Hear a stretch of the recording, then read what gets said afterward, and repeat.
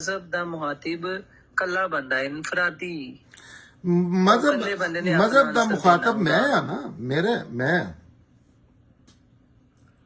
ਜੀ, ਤੁਸੀਂ ਹੋ, ਫਰਦ ਹੈ, ਫਰਦ ਜੀ ਜੀ ਇਹ ਬਕਾਇਦਾ ਇਹ ਕੋਈ ਪਾਰਟੀ ਹੁੰਦੀ ਸੀ, ਕੋਈ ਪਤੰਗਬਾਜ਼ੀ, ਕੋਈ ਨਵਾਂ ਸਾਲ ਦਾ ਕੋਈ ਜਸ਼ਨ ਹੋ ਰਿਹਾ ਹੈ, ਤੇ ਇਹ ਤਾਂ ਬਕਾਇਦਾ ਬਦਮਾਸ਼ੀ ਕਰਦੇ ਹਨ ਨਾ, ਇਹ ਚੀਜ਼ਾਂ ਨੂੰ ਅੱਗਾਂ ਲਾਣੀਆਂ ਤੇ ਸਿਨੇਮਿਆਂ ਨੂੰ ਜਾ ਕੇ ਬੋਰਡ ਉਤਾਰਨੇ।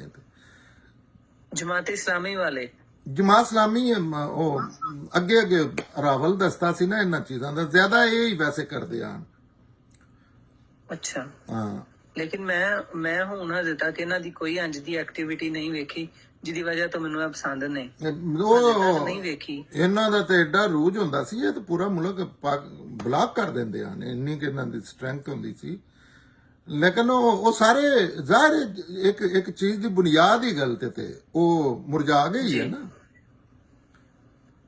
ਹੁਣ। ਲੇਕਿਨ ਇਹਨਾਂ ਦਾ ਅੱਛਾ ਹੈ, ਇਹ ਸਟਪਨੀ ਸੀ ਆ ਨਵਾਜ਼ ਸ਼ਰੀਫ ਦੀ, ਨਵਾਜ਼ ਸ਼ਰੀਫ ਦੀ ਹੁਕੂਮਤ ਜਦੋਂ ਡਿੱਗਣ ਲੱਗਦੀ ਸੀ, ਜਮਾਤ ਇਸਲਾਮੀ ਉਹਨੂੰ ਨਹੀਂ ਡਿੱਗਣ ਦਿੰਦੀ।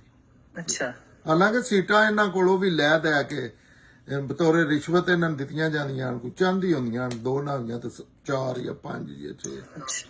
ਲੇਕਿਨ ਇਤਜਾਜੀ ਗਰੁੱਪ ਸੀ, ਲੇਕਿਨ ਇੰਡੀਵਿਜੂਅਲ ਨਹੀਂ ਜਿਹੜੇ ਜਮਾਤ ਇਸਲਾਮੀ ਚ। ਅੱਛਾ, ਉਹ ਉਂਝ ਕਿਰਦਾਰ ਦੇ ਅੱਛੇ ਲੋਕ ਨੇ, ਲੇਕਿਨ ਕਿਰਦਾਰ ਦਾ ਅੱਛਾ ਹੋਣਾ ਤੇ ਗਵਰਨਮੈਂਟ ਦਾ ਅੱਛਾ ਹੋਣਾ ਇਹ 2 ਡਿਫਰੈਂਟ ਚੀਜ਼ਾਂ ਨੇ।